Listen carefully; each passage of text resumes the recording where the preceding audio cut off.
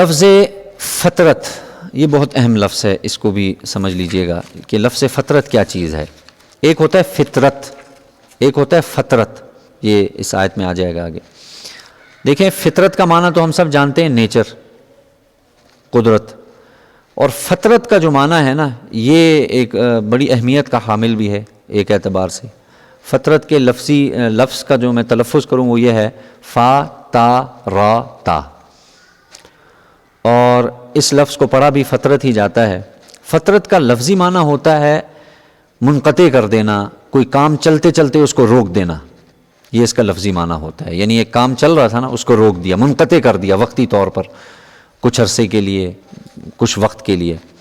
پھر یہ لفظ استعمال ہونے لگا خاص انبیاء کے ساتھ، یعنی ایک نبی اور دوسرے نبی کے درمیان آنے کا جو وقفہ ہے، یعنی مثال کے طور پہ حضرت عیسیٰ علیہ السلام اور آپ علیہ السلام کے درمیان جو وقفہ ہے نا، اس سارے وقفے کو، جس میں کوئی نبی نہیں آئے گا، اس وقفے کو کہا جاتا ہے فطرت کا زمانہ، کہ جس زمانے میں کوئی نبی نہیں آیا۔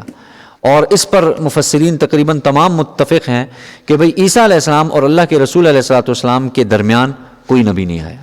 اور ان کا عرصہ کتنا ہے وہ بھی ذہن میں رکھ لیجئے۔ امام بخاری رحمہ اللہ نے اپنی کتاب میں لکھا ہے کہ ان کے درمیان جو عرصہ ہے وہ تقریباً 600 سال کا ہے، ایک روایت میں 560 سالوں کا ہے۔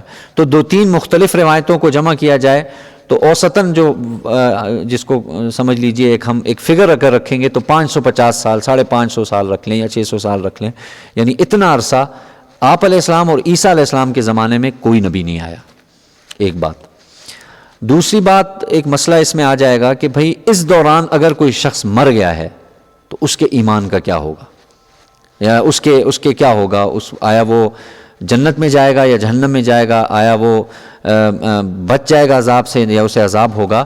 اس حوالے سے علماء کرام اور مفسرین فرماتے ہیں کہ دیکھیں اللہ نے کچھ بنیادیں ایسی ہیں جن کو اللہ نے ہلنے نہیں دیا دین کی، جب سے آدم علیہ السلام سے، یعنی کچھ ایسی چیزیں ہیں جن کو اللہ تعالیٰ نے اسی طریقے پر باقی رکھا ہے۔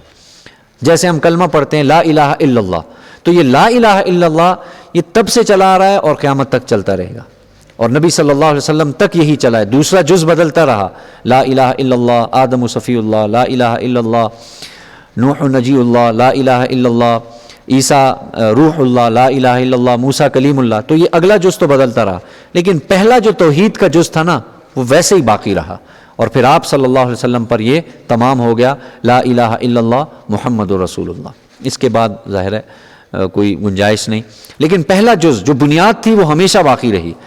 تو اس پیارے میں مفسرین نے فرمایا ہے کہ جو آدمی شرک سے پاک تھا اللہ تعالیٰ اس کو عذاب سے بچائیں گے۔ اس دوران ظاہر نبی بھی نہیں آیا، کچھ سمجھانے والا نہیں تھا، لیکن اللہ نے بنیاد رکھی ہوئی تھی کہ کلمہ، یعنی کلمے کا پہلا جز یہی رہے گا لا الہ الا اللہ، اللہ کے سوا کوئی معبود نہیں۔ تو جو شرک سے بچ گیا اللہ تعالیٰ اس کو کیا کریں گے، عذاب سے بچائیں گے۔